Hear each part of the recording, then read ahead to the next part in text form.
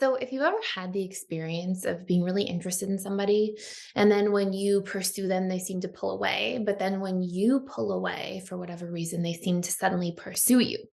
And it seems like that cycle tends to repeat itself. Well, in this video, I'm going to take you through the avoidant partner and why they pursue when you distance.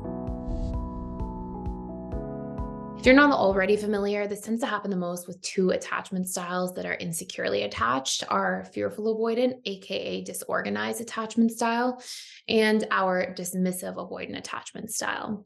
Now, we tend to see this a little bit more strongly in the fearful avoidant or disorganized style because they tend to experience their emotions more and they tend to have more of an anxious side to them, whereas dismissive avoidants are just more purely avoidant.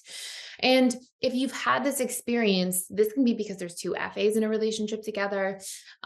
This can be because there's an avoidant with an anxious, preoccupied attachment style. And if you're really not familiar, there's four main attachment styles. One is secure, and the other three are insecurely attached. They're the anxious or more kind of needy, clingy style, the fearful avoidant that can have that needy, clingy side, but also this avoidant fear of commitment side, and the dismissive avoidant who tends to have the most fear of commitment. And our attachment style literally affects us more than any other factor in relationships. There's lots of videos exploring that on this channel. But why does this happen? Why is it that when we have an avoidant leaning style that we find this experience of when we pull back or distance, suddenly the person pursues you? Well, the reason for this is that both fearful avoidance and dismissive avoidance are two avoidant leaning attachment styles. They both are constantly operating in this idea of their feelings minus their fears. So where their feelings are and where there's no pushing or triggering of their fears, they will be right there in that expressing their feelings.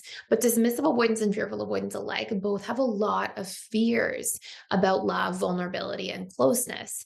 And this is because in their upbringing, when their attachment style formed and developed, they had negative associations to closeness. Either they felt neglected, they felt unseen, they felt like they didn't matter, or that they were defective, or they felt trapped, helpless, and powerless because of the way that they were conditioned. So if they had a lot of pain around attachment and closeness, then there's a part of them that wants attachment and closeness because we're wired for it biologically. And we can also have a lot of fear and panic around attachment and closeness if we had painful or past traumatic experiences. And so what you'll see is, from a fearful avoidant perspective and DA perspective, dismissive avoidant, that they both are constantly in their feelings minus their fears. When closeness is needed, then some of those stored subconscious associations about what closeness is will be activated, right? It's like, oh, closeness is scary. Closeness will make me feel hurt long term. Vulnerability results in me getting neglected or shamed. These different past experiences they had that are being carried subconsciously into their present and future will be activated or triggered when closeness is there. But when somebody pulls away, if you're in your feelings minus fears, those fears were being pushed on when they were close. But now that they've pulled away, the fears are not being activated. So they're just in their feelings. So what do you do about this, right? How do you recognize this? And then what can we do if we are the loved one? We can't just pull away all the time and hope that somebody chases. What we actually have to do is learn a couple different things. Number one is how to walk the middle ground, right? We have to respect somebody's independence, autonomy, and pace, while also being able to take our own needs properly into consideration and be able to communicate about them, right? We can't just say, oh, I'm just going to move at the avoidant person's pace, because that's not fair to you if you're not an avoidant. So we have to find a healthy compromise, but we have to also be considerate of that person, realize what they need, and discuss what we need as well in a constructive way. When we play the pull back, push away, come close, pull back, when we play games, it always just leads to destructive outcomes. So the more we can be conscious, communicate, own our boundaries, own our needs, and respect that somebody may have a bit of a slower pace they want to move at, then that's how we have that sort of middle ground there.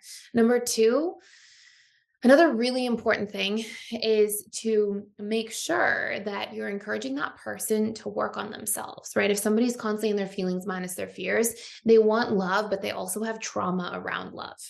And so what essentially takes place is that trauma is popping out, and that trauma will wreak havoc on a relationship at some point in time if it's not dealt with or if it's unhandled. And so what we have to be able to do is encourage somebody to recognize that. And for trauma to be reconditioned around love and closeness, we need to be targeting the subconscious mind. The conscious mind is responsible for roughly 3 to 5% of your thoughts, feelings, behaviors. Your subconscious and unconscious mind collectively are 95 to 97%. And that's where real change happens. The subconscious mind is like the one running the show. The conscious mind likes to think that it is, but it's not.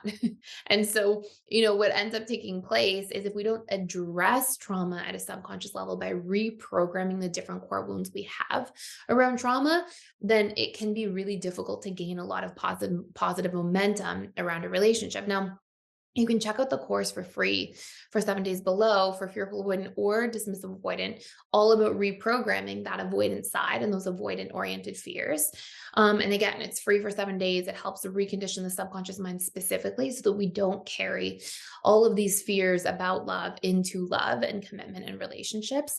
But I think if you're on the receiving end of this, what you can do is suggest to somebody that they recognize these different pain points and patterns, that they take accountability for them, communicate your needs, but also set a deadline so that you don't stay in a relationship or a situation that may not be unfolding in a healthy way for too long. I think it's great to be patient, to communicate, to put the work in, to try to do the work and have the conversations necessary to be able to grow together through any pain points and challenges. And I've seen countless attachment styles be able to do this and do the work. But I think it's also important to recognize when that's not happening and be able to take ownership and realize, look, something's not going well and the person's not willing to show up and do the work. And so I may have to just own my own boundaries, take ownership of my needs, support and protect them, and take a step back. And, I always say this on this channel, but that would be the number one thing I was looking for when couples came in for sessions with me back when I was running my private practice. And I would look to see, like, are both parties going to show up and do the work? And that was the most important thing, because we can communicate, we can hash things out, we can share, we can be vulnerable. And that practice brings us towards becoming more securely attached. But if we're not doing that, then we can easily get stuck in a standstill. And then the very last thing I would just say of what to do if you're noticing that somebody pursues you when you distance is to communicate directly about the situation, to say, hey, I notice when I pull away or I'm busy, I notice that you sort of reemerge, but I'm looking for consistency in the relationship. I'm looking for, and fill in the blanks.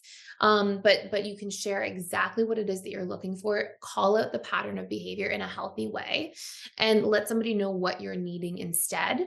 And that will also help to give direction. And that will help you as somebody on the receiving end to know, okay, I called it out directly. I showed up for myself, and somebody either shows up back or they don't. And that's quickly going to give you some really clear answers about where they are at in a relationship.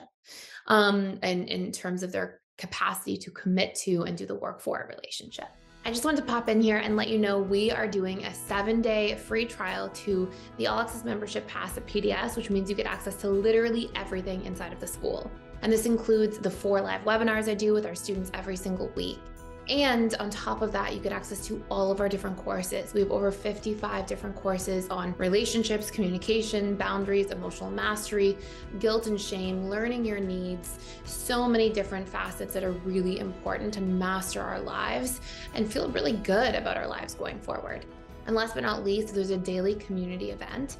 We have trained facilitators and coaches who are in there doing that work, showing up to support you on your journey every single day. Please join me on the other side. Come check it out. See if it's a fit for you. I'd love to see you there. Go ahead and sign up by clicking the link in the description box below. So I hope this makes a whole lot of sense. Thank you so much for watching. Please like, share, and subscribe if you enjoyed this video, and consider subscribing to the channel in general, because I put a daily video out here about love, dating, relationships, attachment styles, the subconscious mind, all of that stuff together. So thank you so much for watching, and I will see you soon.